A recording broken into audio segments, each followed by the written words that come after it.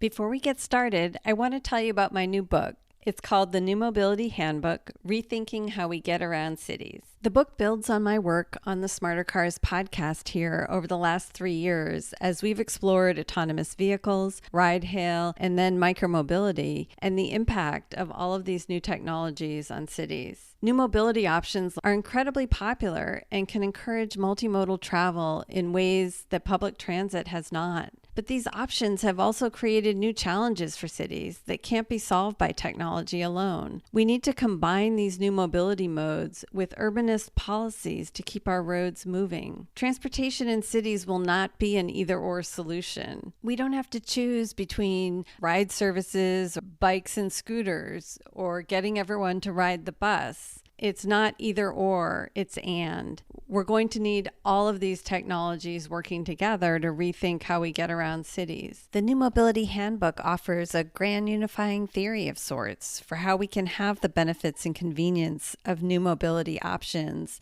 while also meeting city goals to encourage multimodal travel and reduce traffic and pollution. If you're not familiar with the principles behind urbanist policies like congestion pricing, transit priority, reduction in parking, and reallocation of street space, the New Mobility Handbook provides an introduction to these policies and how they can be used together with new mobility technologies to improve transportation in cities.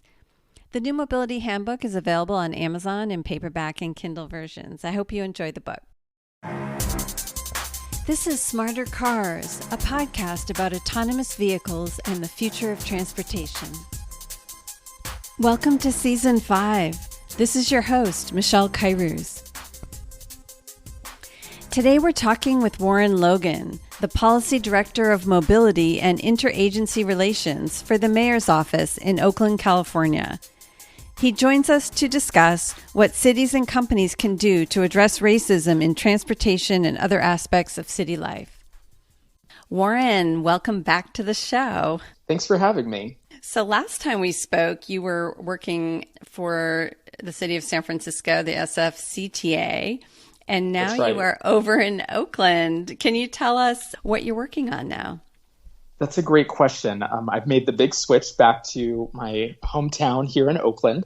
I now work for the mayor of Oakland, Libby Schaaf, who has done a lot of really awesome things for Oakland. And I'm now the Policy Director of Mobility and Interagency Relations. And my role is actually kind of funny because, the title may have changed significantly, but I still get to work with some amazing people. And primarily my role is to just bring a lot of folks together, just as I did in San Francisco, across different subjects and to try and problem solve as best as I can.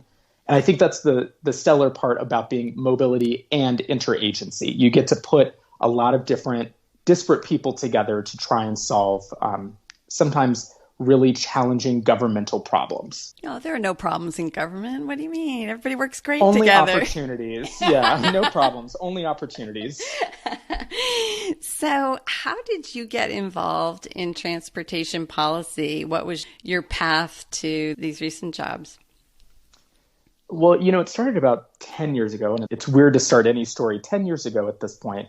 But originally, I wanted to be an architect, back when I was a kid. And I realized that what I find more fascinating is the way in which people navigate the spaces in between the buildings. And not just like what kind of mode they're using, right? Like, are you driving? Are you bicycling? Are you walking or hoverboarding for that matter? But how those people are affected by the design of that space, the other people in that space, and like what social constructs sort of align with that type of movement. And I think that what's really exciting about this moment that we are in history, where a lot of people are really thinking about what is it like to be an African American in space, right? On the sidewalks, in a park, in their own homes. What does that look like? And it's really exciting, albeit challenging and sometimes really raw, to have to really wrestle with those intersectionalities. Seems like you bring a really unique perspective to the transportation planning, urban planning space. How do you think about that? I think that you're right. I believe I do bring an interesting perspective. I'm both Black and I'm gay. But by that same token, I also don't want people to get the impression that just because I say something that I'm speaking for all Black people, or for that matter, all gay people. Like, it's been really great to use my role, particularly in the mayor's office, to not just like use my voice for the people, but to make sure that the questions I'm hearing from my different communities are being elevated, so that when someone at a round table will say, oh, I heard that this community member said this, I'm not going to take that seriously. It's also my job to make sure that while I'm in the room, that I'm constantly reminding people to take us seriously, to take our challenges seriously, and to really reach out and reach into communities. So I answer that in two ways, which is, yes, I have a unique role, but by that same token, it's not just my voice that's the important one. It's also making sure that I'm even repeating what needs to be said, not just coming up with pithy things on my own. Yeah, that's a really great way of framing it, to say that the importance of you being in the room is to ask the questions, to bring the questions from various communities who may not have been represented in these rooms in the past, and to say, here are the questions, not that I have all the answers, not that I'm the only one whose voice matters, but really to amplify the voices that have historically been underrepresented.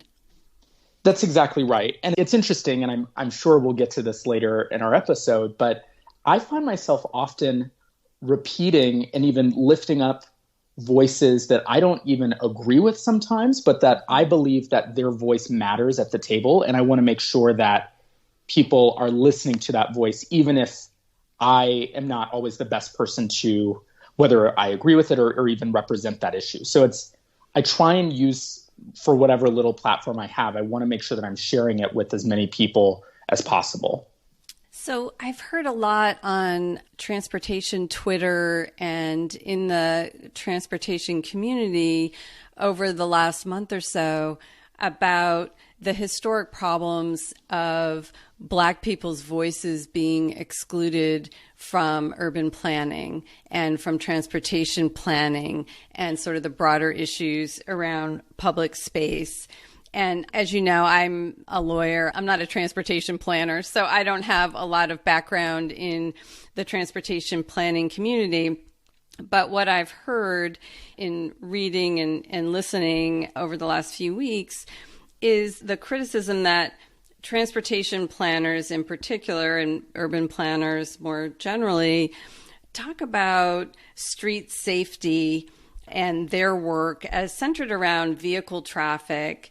And the main goal is to protect people walking and biking, or to create spaces where vehicle traffic flows. And the real focus seems to be on the idea of avoiding crashes or places where vehicle traffic doesn't flow the right way. Can you tell me, what is your view of street safety and traffic safety, and what are the broader issues that have been missing? That's a great question. And I think there are a couple of different ways to tackle that. The first is that even before we were talking about collisions, and I think people still talk about this a little bit, is we were talking about congestion.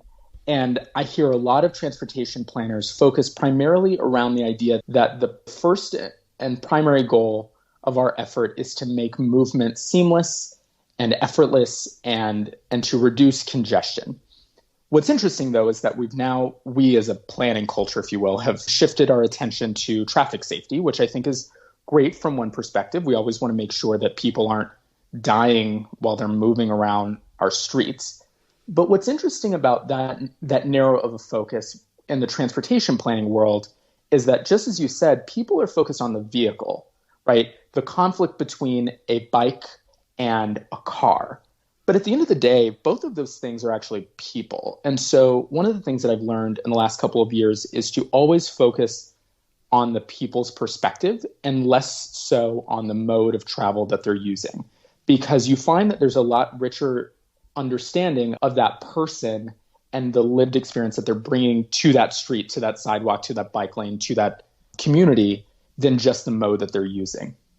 I think when you intersect transportation planning with race, with gender, with sexuality, you get a lot of really fascinating, albeit challenging issues that come up, which if you just focused on, especially in this moment here in June, if you just focused on the way that Black people feel unsafe walking, bicycling, driving through space, you would never have a conversation necessarily about traffic safety.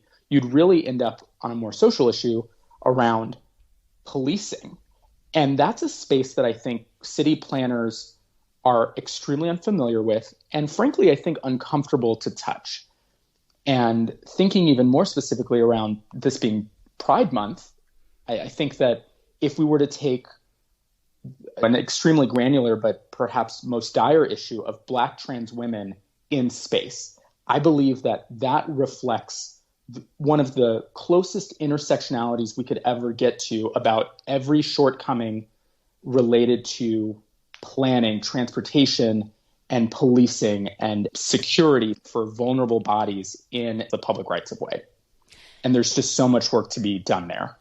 So what you're saying is, if you are a Black trans woman, or really if you're any one of those three things, much less all three of them, your safety is really in question. And it's not about getting hit by a car. It's about 16 other things before you think about the safety question of, am I getting hit by a car? That is exactly right. And I think this is why, again, the people first approach that I'm stealing from so many different people, so don't give me credit for that, is, just to be clear, is it is not uncommon for transportation planners to say, how do I make bicycling safe? And that is one approach, but it is, and I'm not saying that it's the wrong approach, but it is also missing the point.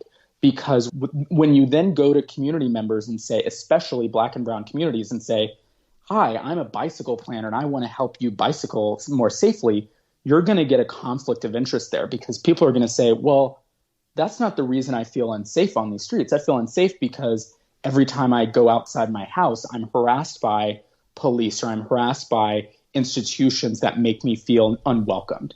And that has nothing to do with the color of the stripes on the road, and so much more to do with the color of your skin. People in the tech community like to talk about going back to first principles.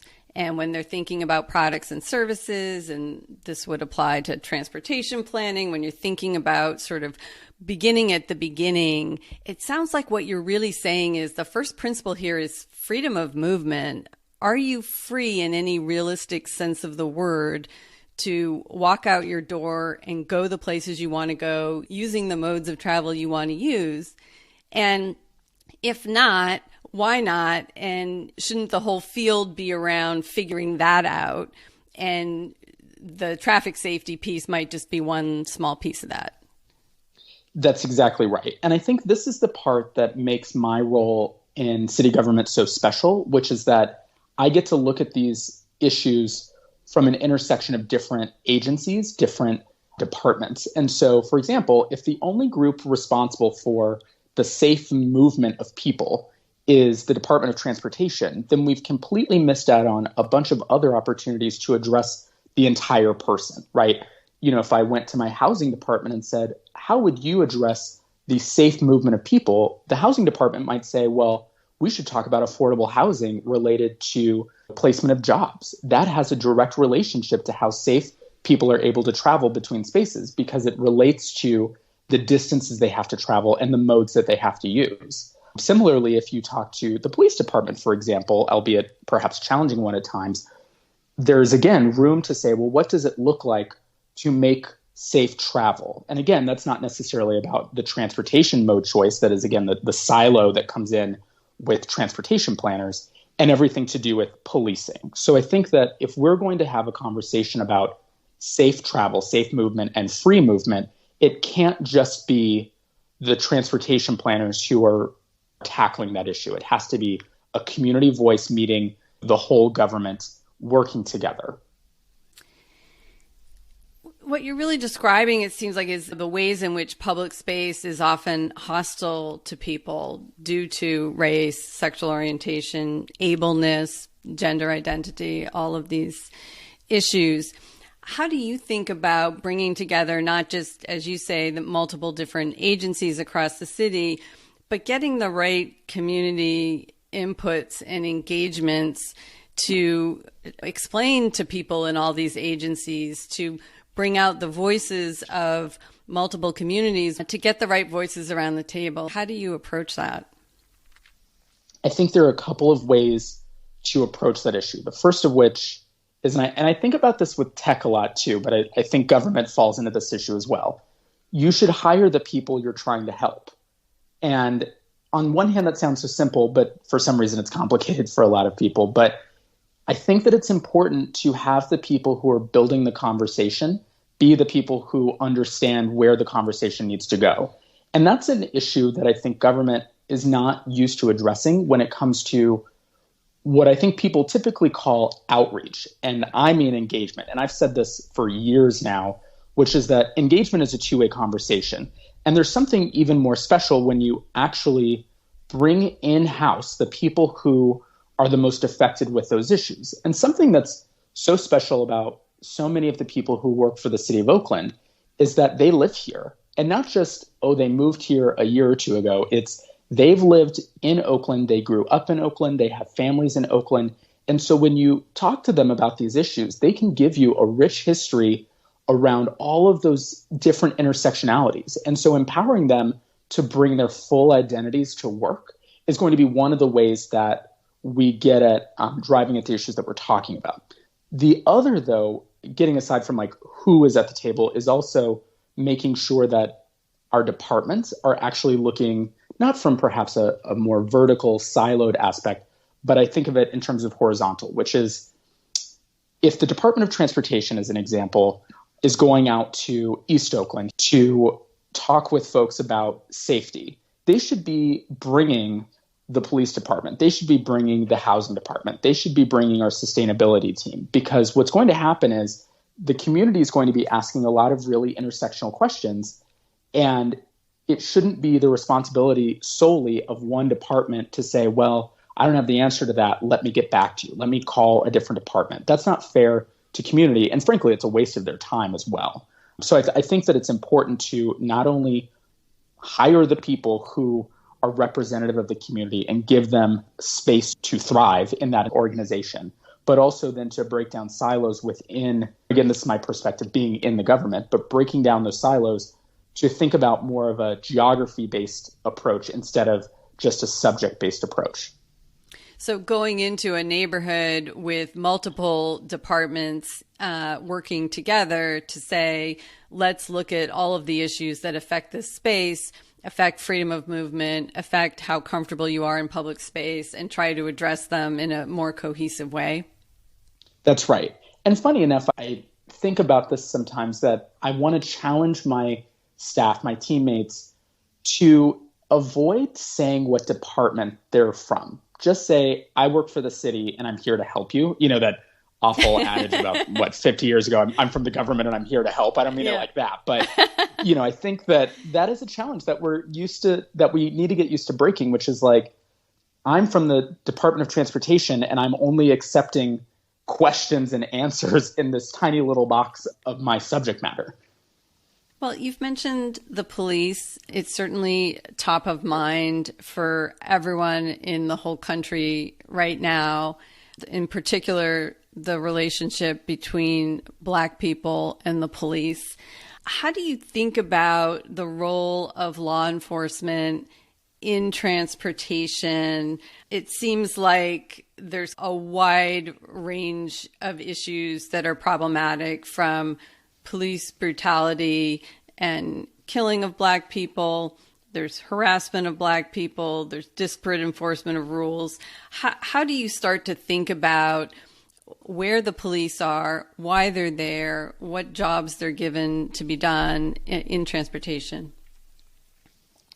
That's a really big question, and I'm going to try and do it justice, and also recognize that there are so many people with probably better answers than myself. So I'm going to own that before I answer this question. I think that there are a couple of different ways that I look at this issue. And fortunately enough, we are right now like many other cities, having this conversation about what is the role of the police, and then by extension, what are the other departments' roles in deciding or regulating, for that matter, how our residents, our employees, et cetera, drive people towards the police. So I'm going to kind of break that apart a little bit with a couple of examples. One is simply the way that we design our rights of way, the way that we design streets. The Department of Transportation has a series of traffic engineers, and we have planners who are responsible for going to the community and working with them to understand, okay, how would we design a bike lane? How would we widen the sidewalks? How do we increase the foliage on this corridor? And I think that people who are engaging in those meetings don't understand, and I find this frustrating myself, they don't understand that part of the review process for the design of the built environment includes police review. And some of the reasons, actually the primary reason why our streets are so wide is in great part due to the ways in which both police and our fire department influence civic design of our streets. The street needs to be wide enough to fit cop cars down it. We need to make sure that we have sight lines in place to make sure that we can regulate that space. That's one area that I have found in my 10 years of transportation planning a little bit uncomfortable, because while I respect their opinion, especially from a fire and safety standpoint, I worry that we're asking of our police department to review something that they might not be the best tools in the toolbox to undertake. That's the first example. The next, though, is one from like a policy standpoint, which is if I, as the policy director, or by extension, the city government, are creating rules or programs that cause people to have to engage with the police in a way that might challenge their health or potentially damage their lives, that's something that we also need to take responsibility for. And here's a really good example, which is that Vision Zero has, and you probably have heard of this quite a bit, has several E's, and one of them is enforcement. And a lot of people have started to question if we as transportation planners have been moving in this trajectory to encourage more bike lanes or, have different types of roadway treatments, but that if they rely on police enforcement to make sure that they work, we're actually setting up a system for conflict, for Black and brown bodies to come into a space that is going to jeopardize perhaps their life. And that is something that shouldn't just be owned by the police department. That is actually on our civil engineers as well, that we need to be thinking about even the design of space that is more self-enforcing instead of one that relies on police interaction. The final element here is when I think about our municipal code and the ways in which we penalize people for different types of infractions, there are some communities, just as simply as a parking ticket, if you take that if you get one parking ticket, let's say, it costs you $30, but if it escalates to 3 parking tickets that have gone unpaid, in some communities, that means that a police officer shows up at your door.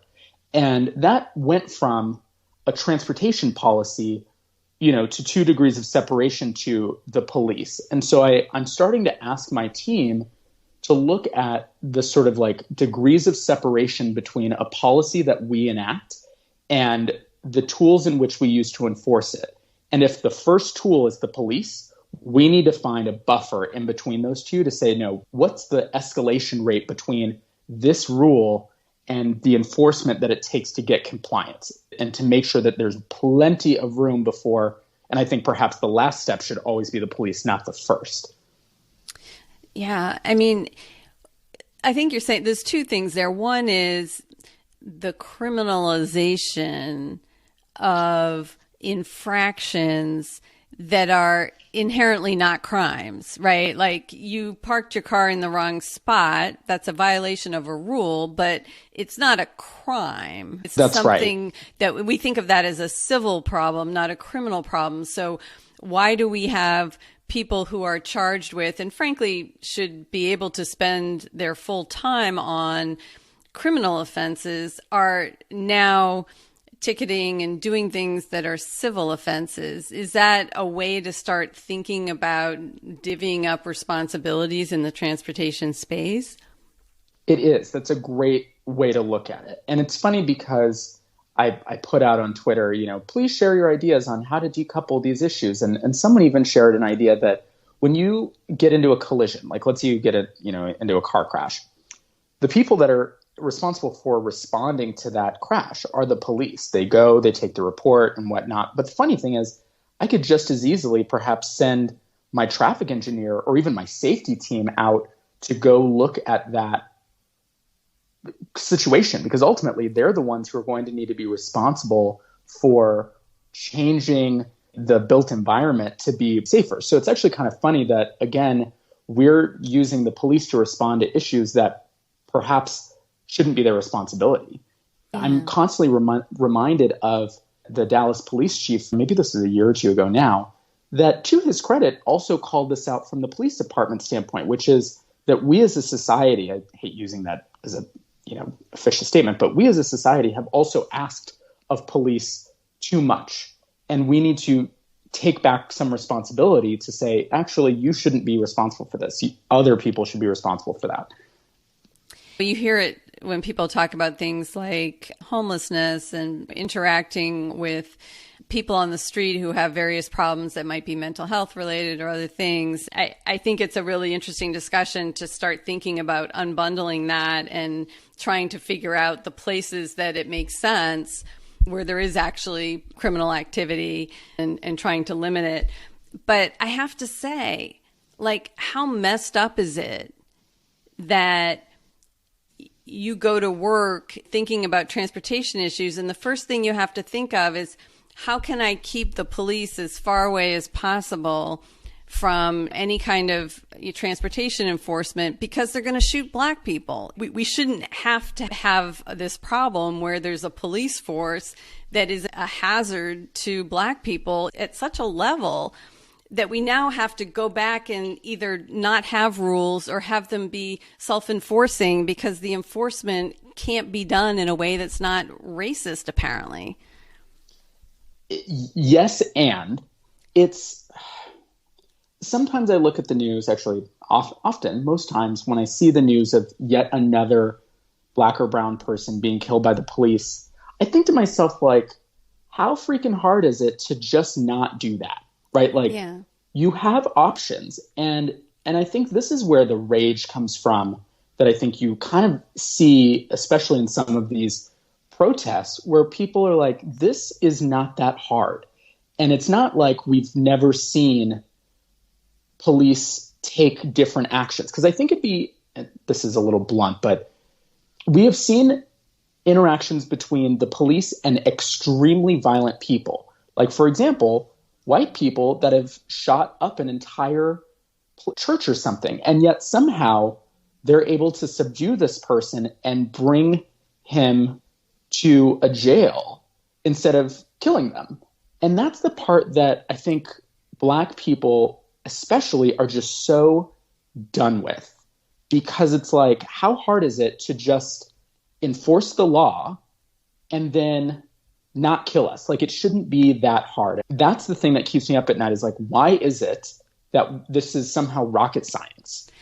That like we have to completely undo every single policy. And frankly, it's racism. Like, that's the part about why this is hard, is that underneath it, we as Americans really have not pulled back the fact that there's so much racism in our society, and we're not able to have concrete discussions about like how we got here and how we're going to get beyond this. Because I think, and it's funny because I know even a lot of my friends have said, well, racism is something of the past, that slavery was a long time ago, and that all of these roots are just so far away. But the fact of the matter is, my grandfather is 103 years old, and he tells me stories about how his grandparents were freed slaves. It's not that long ago that the people that we have right in front of us are descendants of the very issue that was the root cause of how we got here.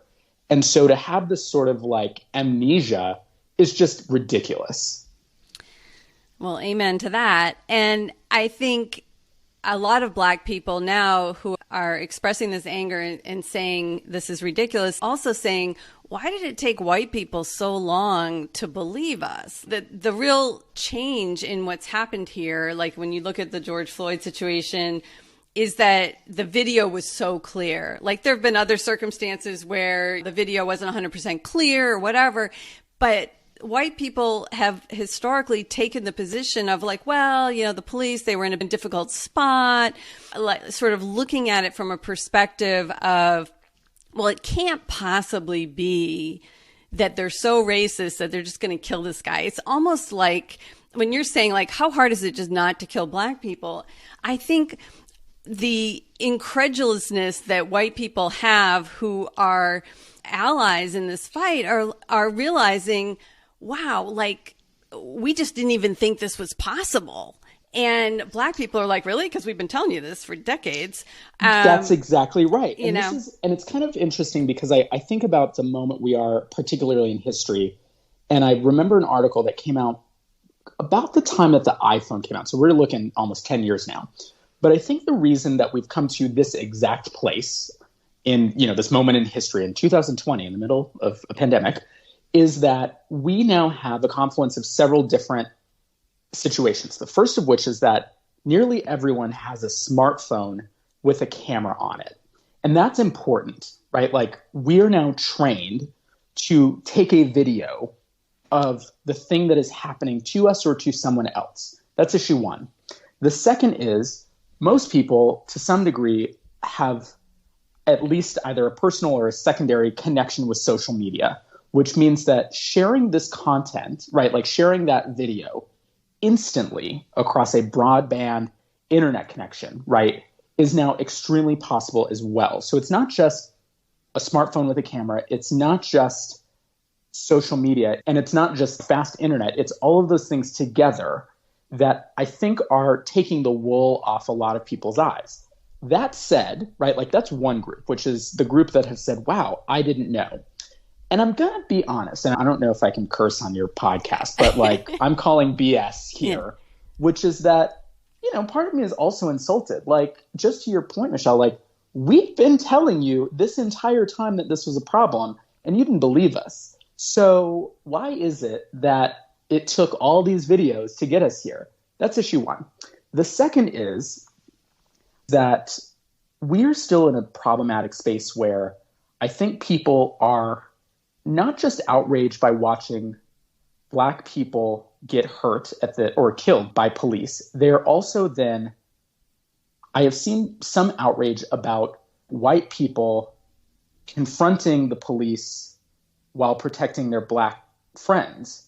And I can't tell if people are more upset that it's happening to black people and they're just now realizing it, or if they're even more upset that it's also happening to white people. And I think that's something that is an onion that I'm not entirely willing to unpeel because I don't know if I have the emotional bandwidth for that. But I just call into question sometimes people's sort of like moral outrage at watching, understandably, that elderly gentleman returning the police helmet and getting pushed over. And it's like, yeah, that's awful. That should never have happened. And also, black people get shot every day. So how do you reconcile all of these issues together? And then lastly, it must be violence if they're doing it to an old white guy. So, right. It must be horrendous now. Yeah. And that's, I guess, the part that it's like, because we've had a lot of videos of black people getting killed. We've had a lot of videos of black children getting thrown to the ground. I remember that pool party video that was just outlandish, right? And to me, like, we didn't really get very far. People still found ways to say, well, what happened before the video? I wasn't there, and maybe they didn't comply, whatever, which again, BS.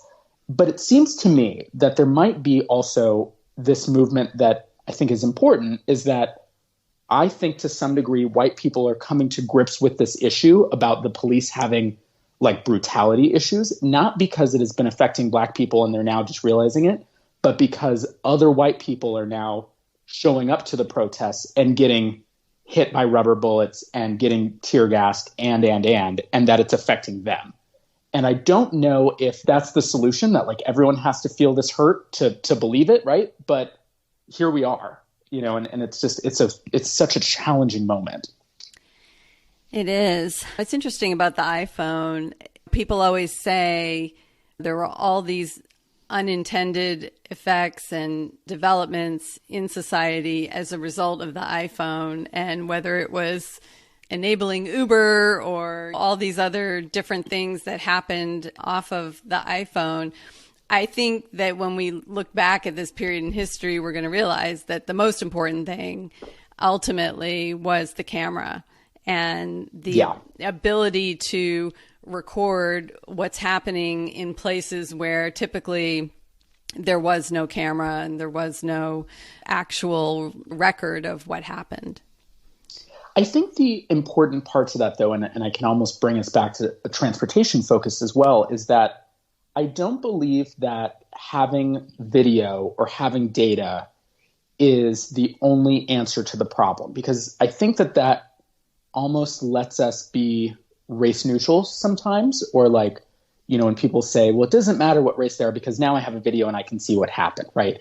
I worry that that's an excuse for not believing people the first time they told you that something bad happened. In the same way that, you know, that amazing movement, Believe Women, right? There's so many different examples of, well, I wasn't there, I need better data to really believe you. It's like, no, you could just be a compassionate human being and understand that I'm not lying to you when I say that all of the bruises on my body didn't just happen by accident, right? That I didn't strangle myself, right? And this is the transportation aspect that I think transportation planners also run into, is that, oh, I guess we need better collision data. I think in tech gets into this as well. We need an absolute picture of everyone's movement to understand how to help somebody. And I don't think that's true. I think that if you just listen to people's stories for a second, you would know how to help them. But instead, we use excuses to sort of like, I think, silence people's real pain and kind of give ourselves a space between our common humanity. And that's a really hard thing to say. Yeah, no, I appreciate that. And I do feel the analogy with things like Me Too, which is another area of society where people are not believed. And I think for people who are white and who haven't experienced what it's like to be Black in America, but who are women, you can at least, by analogy, understand what it's like to not be believed, right? And there's still no videos, most sexual assaults.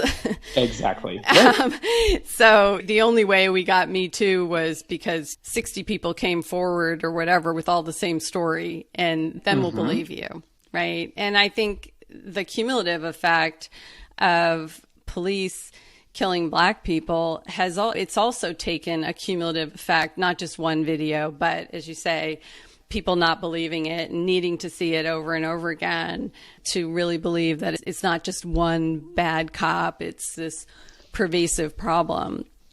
Thank you for sharing all of that and your thoughts on that, because it's a painful but really important discussion to have, and I appreciate your thoughts on it. So you're in Oakland. Oakland has been a leader in some developments on how to reshape our streets. So coming back to this question of safety on the streets and how people use our public spaces, can you tell us about Oakland's decision to open up miles of slow streets during the pandemic, what that looked like, how you came to those decisions, and what the reaction has been from some folks in the Black community around that? It's been an interesting process. Yeah, and it's amazing because there's so much intersection, just as we've been talking about, between, again, public safety, Black and brown bodies in public rights of way, and now, again, transportation activists. So let me take a step back. Now, 2 months ago, maybe over 2 months ago, the mayor of Oakland, Libby Schaaf, announced 74 miles of neighborhood bikeways would be closed to through traffic. And that's a term of art that's actually sort of important, because we didn't close the streets entirely. We said, if you live on the street, feel free to drive in, please be careful. But we also recommended and sort of acknowledged that there are many neighborhood streets that act as throughways that shouldn't, that people should be going to the major arterials and not driving quickly through neighborhoods, jeopardizing people's safety. those streets were selected from our neighborhood bikeway network, which is on the 2019 bicycle master plan that's titled Let's Bike Oakland. And that plan included thousands of people's different comments around what types of infrastructure changes and programs they were looking for. And so one of the networks that's nested within the larger bicycle master plan includes these 74 miles of neighborhood bikeways. So in case your listeners are curious where we picked those streets, they were from that plan. Can I just pause you there? When you say neighborhood bikeways, does that mean it was a street that already had a bike lane? Or no, what is it to be a bikeway? Yeah. Yeah, so a neighborhood bikeway is, other cities might call them bicycle boulevards. They are just naturally safe they should be naturally safe streets because they are oftentimes lower residential streets that are narrow and don't continue for very many blocks. So if you look at a map on, Oakland's map, we have two sets of grids, basically. One that runs north and south on the west side of Lake Merritt, which sort of bifurcates the city a little bit.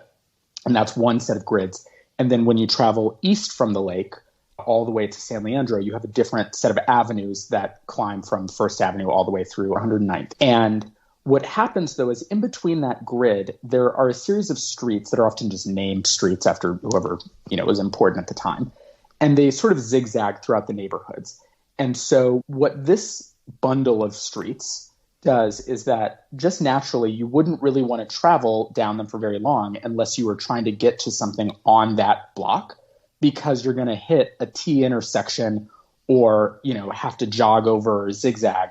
And so just naturally by design, that network is supposed to be safer for people to walk and bicycle. Unfortunately, what happens in cities like Oakland, but not just Oakland, is that people will use these neighborhood streets as cut-throughs to get around congestion on major arterials not too far away, parallel routes. Have I answered your question? Yes, thank you. That was very helpful. Yeah. So it wasn't as though you were starting with streets that already had some sort of bike infrastructure. You were just taking streets that are not main arteries that are inconvenient for people to drive on anyway, unless they're going to a local destination. That's exactly right. And it's kind of funny because I've shared this with a number of people that I'm enthusiastic that Oakland has all this attention about our slow streets. And it's funny that this is what's made the headlines, because it's kind of like we told people, don't drive on streets you already don't really want to drive on. And, so that's the first step, right? The second was that we went to Google Waze and Apple and uploaded all of these different streets and asked them sort of through a series of favors to change their routing system so that if you are driving through Oakland, you're not going to be routed onto a slow street. So it's actively through digital infrastructure, right? Like discouraging drivers from going onto those local streets. The third element of the slow street program is that we added what are called soft closures. So we just put up barricades where you would see what's called a fast turn from an arterial to a slow street. And that's actually built around our high injury network and the crash data that we have. There goes data again, where we know from our data that people drive really fast down a major arterial, and then they will turn onto a neighborhood street, oftentimes less focused about where they're turning on to and the type of traffic that they might be confronting on that street, and instead more focused about getting out of traffic's way. And what that ends up doing is you have someone literally driving too fast, making that turn that's often blind, and hitting someone in the crosswalk or just beyond the crosswalk in the street, or in some cases on the sidewalk. And so that's the type of behavior we're trying to calm, essentially. And what do the barricades do? It's like a sawhorse type barricade, and where is it, and does it allow for a single car to pass through or two cars, or how are they set up? Yeah, so it's technically speaking, it's an A-frame that has a few different sandbags on it to keep it sturdy. And it has a legal sign that says closed to through traffic and two diamond signs that are encouraging bicycle and pedestrian activity. Where they are placed is just on the outside of the crosswalks. And what it's doing is prohibiting right turns from the arterial onto the slow streets. So it's discouraging the turn from the street onto a slow street. But it actually does allow for only one car to enter or exit really through that more narrow intersection now that we've made it, essentially. But the funny thing is, and again, I'm kind of like, I'm happy that everyone's paying attention to Oakland, but I'm also saying, like, this is not an extensive program in a way, which is that people woke up the next day and saw a few A-frames in a couple of intersections, and somehow it was as if the sky fell down. And I think that's also kind of funny because it's like, I wish that we got fanfare for all of the other programs that I believe are just as, if not more, impactful. Holding that aside, you asked me kind of what the reception was to the program. And I will say that it was not just mixed, but really bipolar. One part of the city, and I will say bluntly, the white affluent part of the city was like over the moon. And ironically, this is also the same part of the city that oftentimes are people who are against bike lanes because of loss of parking. So we're going to hold that aside, but just acknowledge that there was some hand-wringing there as well. Yeah. But then that said, the people of color, the East Oakland Black and Brown communities, met this initiative with a lot of questions and a lot of, I think, anger and confusion. And I'm going to go through a couple of different examples of the types of feedback that we got in the first couple of weeks and try and spell out to me like what I heard. So one person, actually a couple of people, called our office and asked us without any irony, are you tricking Black people into going outside to catch COVID as a way to kill us?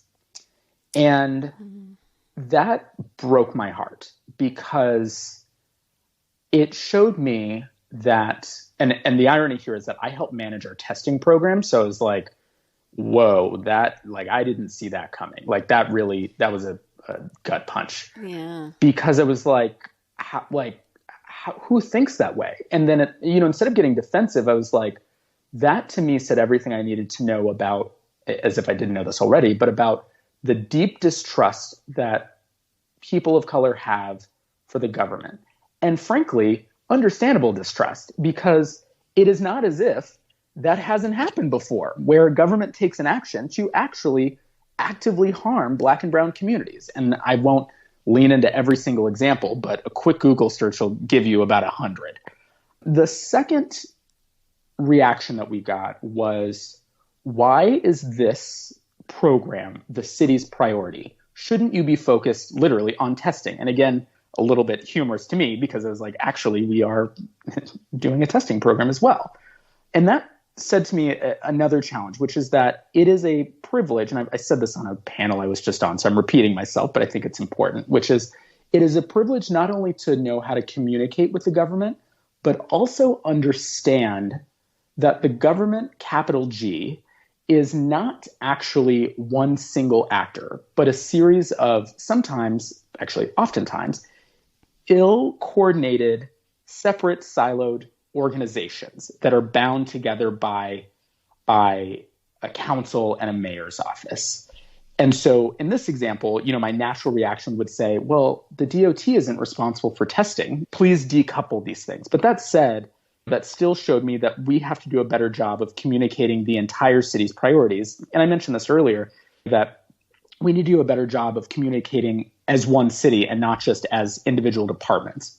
So then the third reaction that we got was one more specific about the slow streets themselves. And I'm going to kind of tease this apart a little bit. A number of people said, wait a minute, who did you talk to about this program? Did you engage with all of the community members before doing this? And the answer to that is sort of yes and no. Yes, because we used the bicycle plan that had, I believe, and I think a lot of people believe, an extremely robust community engagement platform. The no part being that no, we did not have another year-long process to share with people our emergency response plan to put up flimsy barricades on a number of intersections to discourage people from turning quickly from large streets to small streets. And you might hear the sort of like frustration in my voice, but that is also my answer. Yes and no. Yes, we did last year, and no, we did not inform everyone in that exact moment, hey, we should talk about this again. And I'm sure we'll kind of get to that later, so I'll put a pin in that.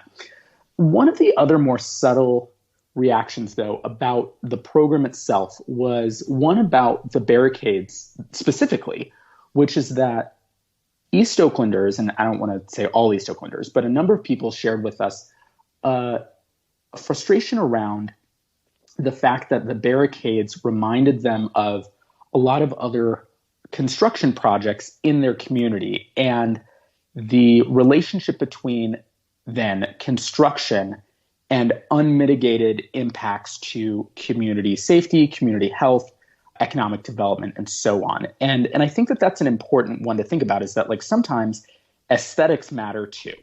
And so I sort of leave that on its face there. But from that feedback, we have taken a lot of different pivots to try and meet the community where they are. The first of which is that we now have weekly meetings with a number of East Oakland advocacy groups that sort of represent a lot of different intersections of, I think, the identity of East Oakland residents. So that's every week. Many senior leaders are on that Zoom call, because we can't meet in person, to just talk bluntly about what it is that we need to change. So communication has improved.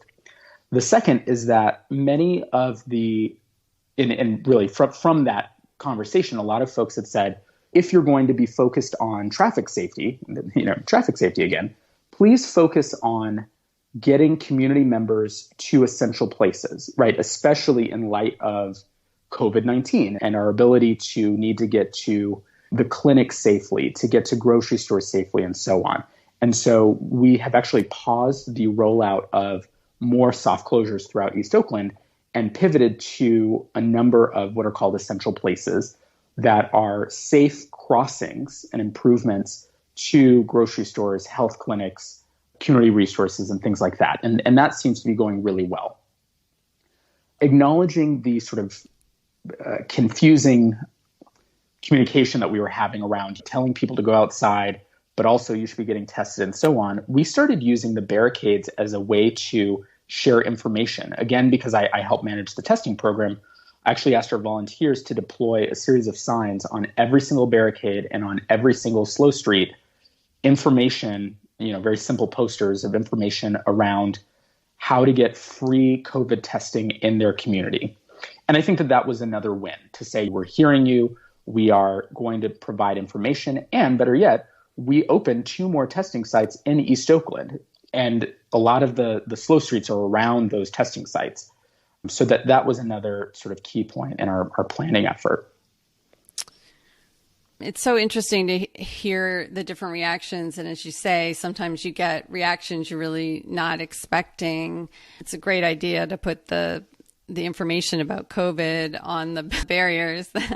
I think what you're saying is, in the wealthier parts of Oakland, people responded to a closed street by saying, yay, I'm working from home and now my kids can ride their bike outside. And folks in some Black communities were viewing going outdoors as a negative, and that there was less space for them to feel safe being active outdoors, that they were perhaps continuing to work as essential workers and didn't have time for recreation. That's and feeling right. that Yeah. the government shouldn't be focused on providing recreation at a time when we're in the middle of this emergency.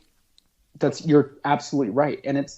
And frankly, I don't blame people. Like, I respect every single criticism we've gotten about this program. And my point that I've always said to people is, I like criticism as long as it's constructive. I'm here to listen. I want to know what it is that we need to change so that we can improve the situation. It's not my job to tell people, I think we did it right, have a nice day. Like, that's not going to work.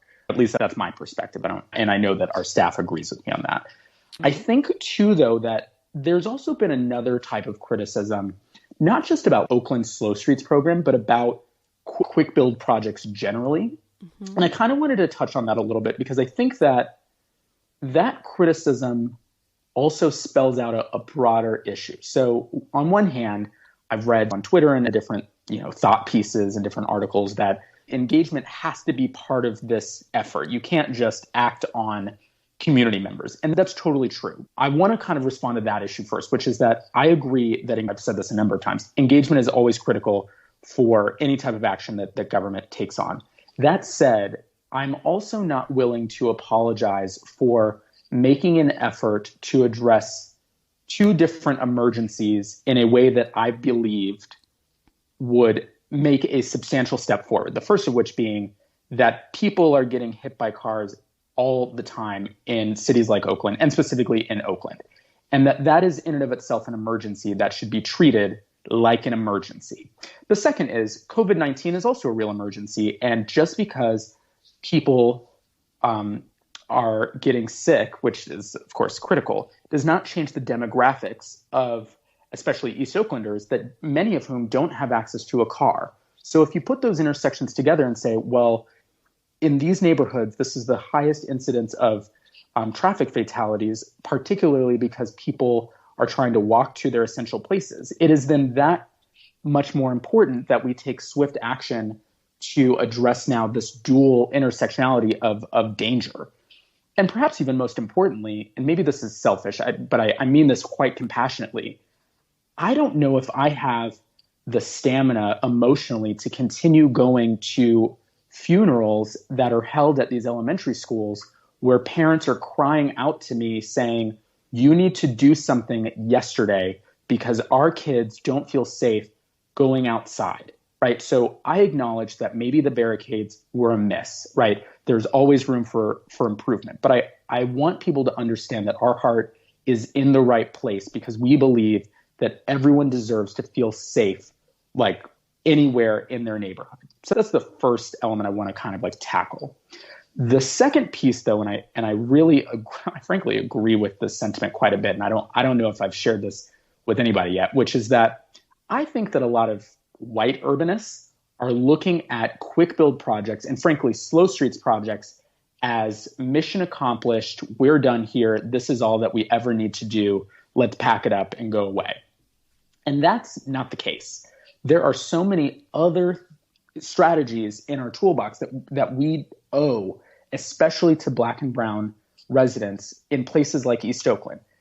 I think that it's important to have slow streets and to not stop there. It's the beginning to say, and you also deserve police reform, and you also deserve affordable housing, and you deserve your potholes to be filled, and you deserve stop signs, and you deserve any number of other important strategies that I feel quite strongly have been disconnected from those types of communities. And so I think that the underlying criticism that people are also sharing about slow streets, and even specifically about Oakland, right, is that I think people feel like we're patting ourselves on the back and calling it a day on just that work, that now that's all we had to do and we can keep it moving and not address, again, the underlying racist policies that affect everyone every day. And I want to acknowledge that I hear that and I agree. And it's important that we continue the work addressing the deeper rooted issues and not just start and stop at barricades moving forward. That leads, I think, to the broader discussion, not just about slow streets, but about things like protected bike lanes.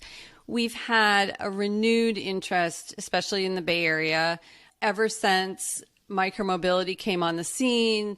A lot more people have expressed support for and interest in having protected spaces to ride a bike, a scooter, what have you. And so there's been this renewed focus on protected bike lanes as something that can save lives. And it seems like in Oakland and in a number of Black communities, there's an objection to bike lanes. Why are bike lanes such a focus point or a cause for concern among some in the Black community? That's a really good question. I'm going to try and unpack maybe 60 or 70 years of urban planning theory at the same time. So bear with me. and feel free to stop me if this is getting boring. But yeah, go ahead.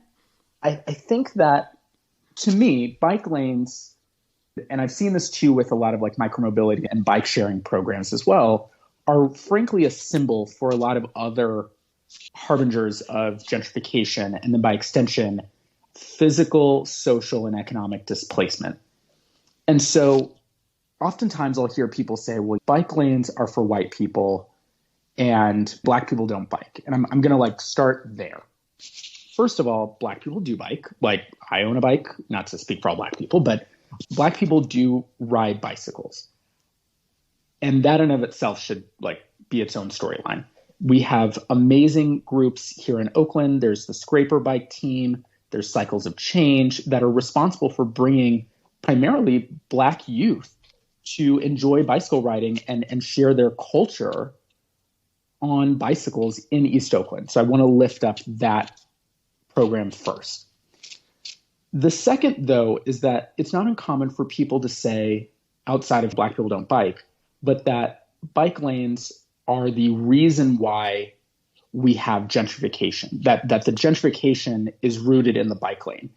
And I'm actually going to push back on that. I don't think that the bike lane is the reason we have gentrification, or by extension, why white people are moving into frontier neighborhoods and ultimately perhaps displacing Black people and brown people from these lower income neighborhoods.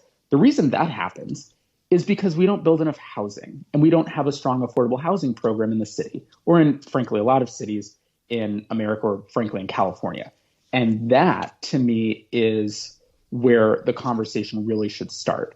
Because to me, by the, and I kind of understand the framework around how neighborhoods change, by the time the bike lane is the conversation point, by the time the city comes to say, we'd like to put a bike lane here, I think that the change has already come, that by the time someone has asked for a bike lane to be put in a neighborhood, it means that a number of forces have already taken place to cause, some type of gentrified shift in communities. And so I challenge, especially Black and brown communities, to engage in city planning dialogues, and frankly, for cities to engage Black and brown communities in that same dialogue earlier than the bike lane. To have a conversation, and I'll actually use a really concrete example in Oakland.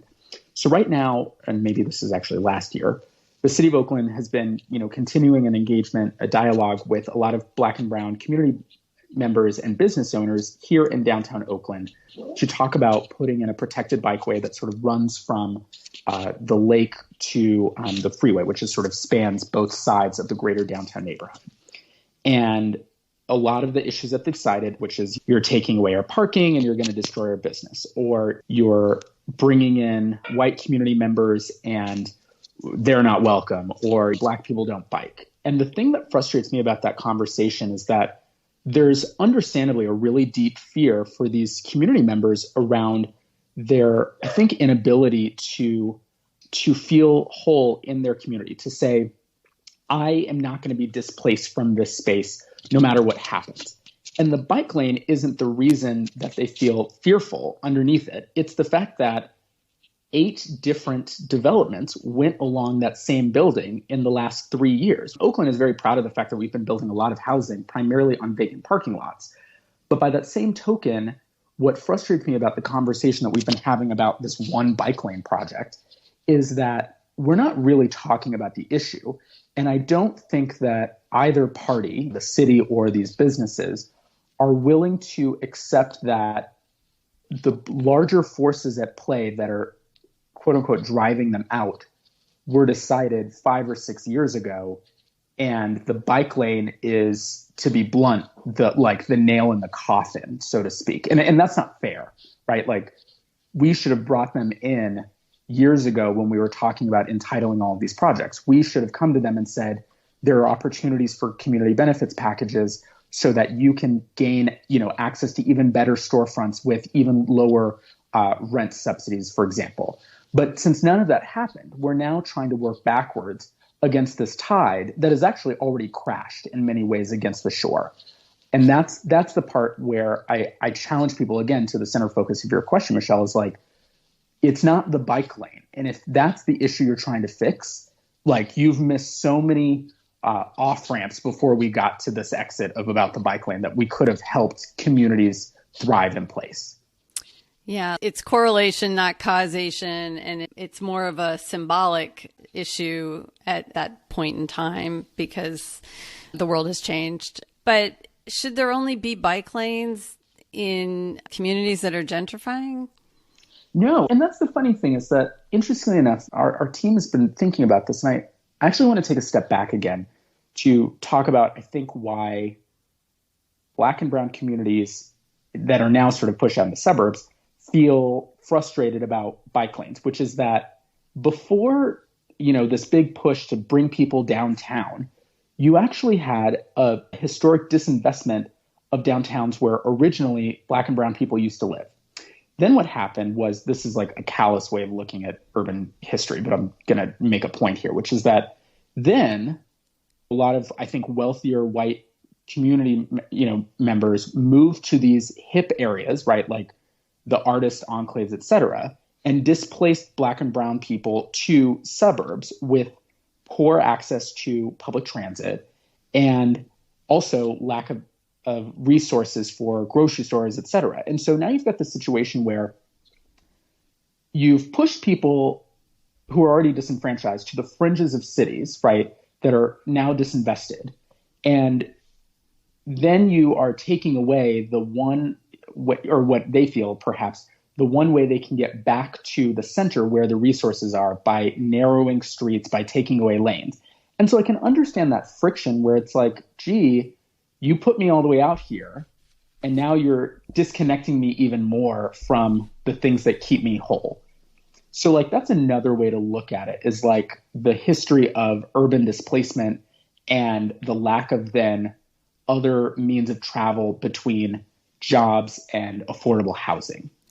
Because there's not sufficient public transit, that Black people are basically driving cars and saying, well, wait a sec, now suddenly everybody's going to be anti-car at the time when I need to drive my car? Yes, that's exactly right. And I've had a lot of people say Black people don't bike, not because we don't know how to ride a bike, but it's like we have nowhere to ride to, right? Like you're far. Trying to, yeah, it's too far. And I get that, right? Like we have a BART system here that runs, I think, relatively frequently, but not in places that necessarily Black and brown community members are always trying to get to. And then by extension, I can totally understand people being frustrated at our bus line system that sometimes can feel really circuitous and unreliable.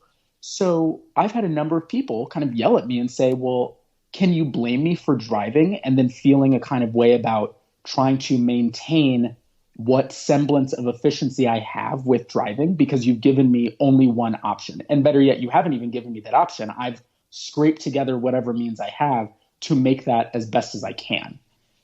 And so it's so ironic because I think the people who have been historically advocating public transit, biking, all these active modes, et cetera, I think thought that these would be options that would help lower income communities of people driving. Were sort of wealthy white people who live out in Orinda, and that it was sort of more democratic, small d, to really open up these other options for people who can't afford to drive and park. And I think two things you've said. One, sort of the fact that Black people have been pushed out to areas that don't even have transit, but also circling back to the safety issue, where is the safest place for you in the transportation system? And, you know, I've heard a number of Black women in particular say, I don't feel safe riding the bus. I don't feel safe with law enforcement on the bus. I don't feel safe on the street. At least in my car, I have some measure of safety, although I might get pulled over for driving while Black and have a confrontation with a police officer there, that it might be the best option. And that is exactly right. And it's funny. There was a really great podcast I listened to, and I think it was 99% Invisible, but I might be wrong, which is, it asked the question, where did all the Black people go in Oakland? And it's to Antioch. And so That is a proven statistic that overwhelmingly the number of African Americans that have left Oakland over the last couple of decades have like primarily moved to Antioch. And so it's interesting to me too, when I think about like BART's investment to continue expanding out into the yellow line, that it's just such a challenge to then say, okay, I've pushed you out of this place, right? I've pushed you farther and farther away from your job, from your community, from your home. And I'm also not going to give you safe, reliable options to get to where you're trying to go. And so again, I kind of return to that point about like focusing on people and not mode. I've yet to see a study that says, what's it like to move around in space and be Black, right? We know that driving while Black has its own implications, but bicycling while Black is its own issue that our own bicycle plan actually addressed, which was that the number of stops that we see by our police for people on bicycles is extremely racist. Like, you can see the numbers very clearly and show that there is a disparity between the race and the people who are, stopped by police while riding a bicycle. So then if you take then, just to repeat back to what you said, right? Like, if I'm riding a bicycle and I'm terrified that it's unsafe just because there's no safe infrastructure, and it's unsafe because I'm going to get pulled over by the police who think I've stolen this bike, then I'm not going to choose to bicycle, right? And then better yet, if I'm responsible for going extremely long distances to get from my house to my job, right? Because again, it is a privilege to live near your job. To live in an urban center is very expensive, and that's where most of the jobs are. So if you are relying on a quick means of transportation that is going to, in some ways, perhaps even hide your identity a little bit, or your race, to be frank, and get you flexibly from your home that might be far from your job, it's no surprise that people end up with the car. And that's not fair. And as you said, the transit hasn't really kept up, and transit isn't safe either. So that's right. You're really kind of out of options. And I think if you ride BART, you'll get arrested for eating a sandwich or whatever the disparate enforcement is of some of these rules. A lot of our listeners work for technology companies that are trying to develop solutions in the transportation space. And I think this discussion is really important, not just in the urban planning sense, but also in the question around products and services and what problem are you trying to solve? And as you point out, it's a very different question to try to solve the problem you just posed of like, how are Black people going to get to work when they live in Antioch? And I think it's really important for people who work at companies to think about that from different perspectives. And I feel like sometimes there's been a lot of criticism of tech for not having enough Black people or enough women and people who come from different perspectives. And sometimes people think about that as giving everybody a fair shot to have a job. And of course, 100%, that's a super important thing. But I think it goes deeper than that in terms of it actually changing your product or your service and what you build and what features you are and the way you think about it. Like you said at the beginning of this, it's about who the customer is and sort of understanding who you're trying to serve. And if tech companies, as well as transportation planning departments, are really going to focus on helping everyone in society, it seems like you need to have people on your team, not just out of some sense of fairness, but literally to change the product or service that you offer. You're exactly right. And it's interesting. And I don't like to translate social issues into like economic ones, but I will use a slightly different example from tech companies. And I'll think about advertisement for a second, which is that I'm always fascinated when I see really like frankly racist, tone deaf advertisements that then come, like major corporations have to walk back and apologize and then make some like pseudo donation to whoever to have a mea culpa or whatever. Right. And the funny thing is, when I see that kind of stuff, my reaction is, A, you clearly either don't have any people of color on your team because they would have told you that this was a terrible idea, or you only have a few and you haven't empowered them to speak up.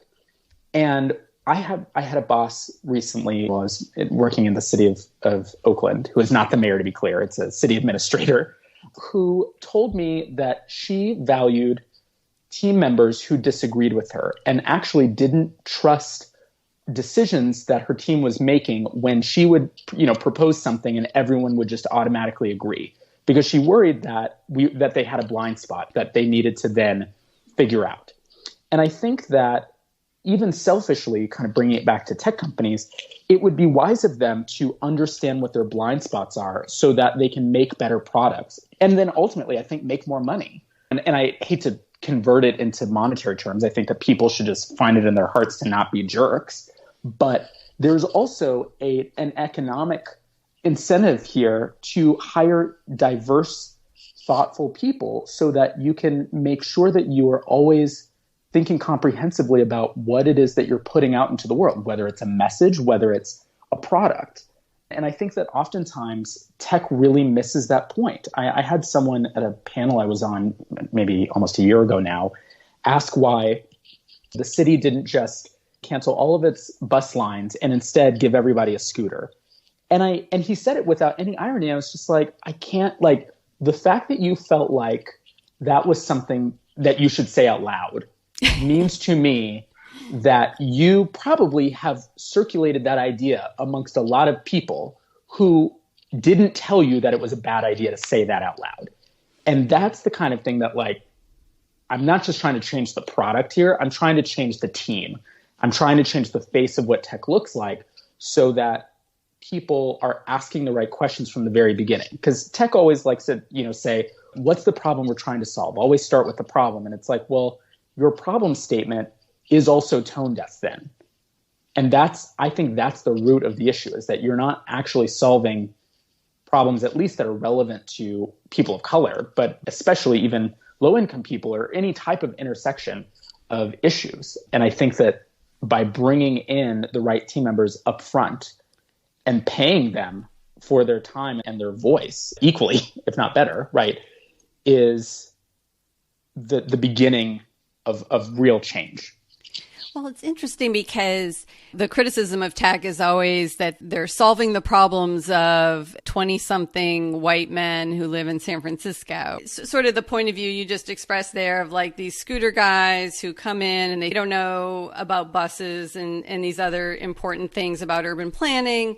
And there's always been this kind of tension between urbanists and technologists. And I find it just a little bit ironic that some of the folks who are trying to speak up for lower income people and Black people who have these different experiences in the built environment are actually expressing a need where technology in various forms could actually be helpful.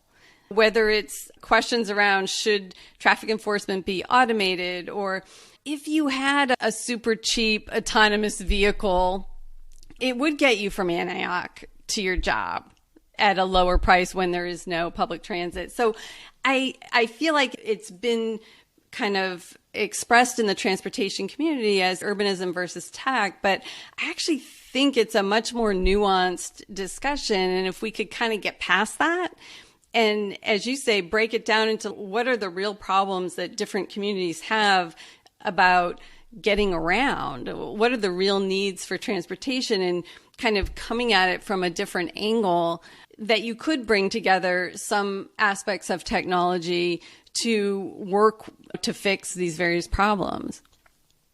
I think that's right. And I'll add that, and I've said this so many times, it's like the 5 whys. When I think about autonomous vehicles, even more specifically in this case of transporting people from Antioch to the city, for example, it's the autonomous vehicle is handling, I think, the superficial problem, which is public transit needs to be improved with better frequencies and security to help people get from one faraway place to another. But the deeper problem is, why are you traveling that far to go to work in the first place?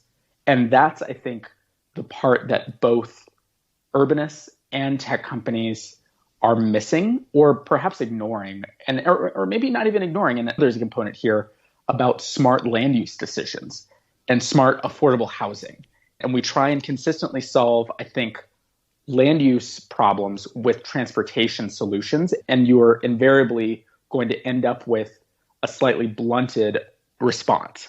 Well, this has been a long discussion, but so important for everyone in this space. And it's just great to hear your perspective on these problems. Thank you for all your time. Yeah, thank you for having me. And I really enjoy having conversations that are, just as we've had, intersectional, reimagining how all of these different issues are affecting different people together and not just in one silo. So I'm really thankful that we had this opportunity. It's a really important message to close on for everyone to think about getting out of their silos, whatever those silos are, to really reach across other communities, but also other agencies and departments, and to try to bring to bear all of those resources to solve what are some really difficult challenges. Absolutely. Thanks again. Thanks for coming on. Take care. Mm-hmm. Thanks again to Warren for joining us. And thanks to all of you for listening. You can find the show notes for this episode and all of our Season 5 episodes on our new publication, smartercars.substack.com. If you're enjoying the show, please leave us a rating and review on Apple Podcasts or wherever you listen to your podcasts. Thanks for listening. We'll see you next time.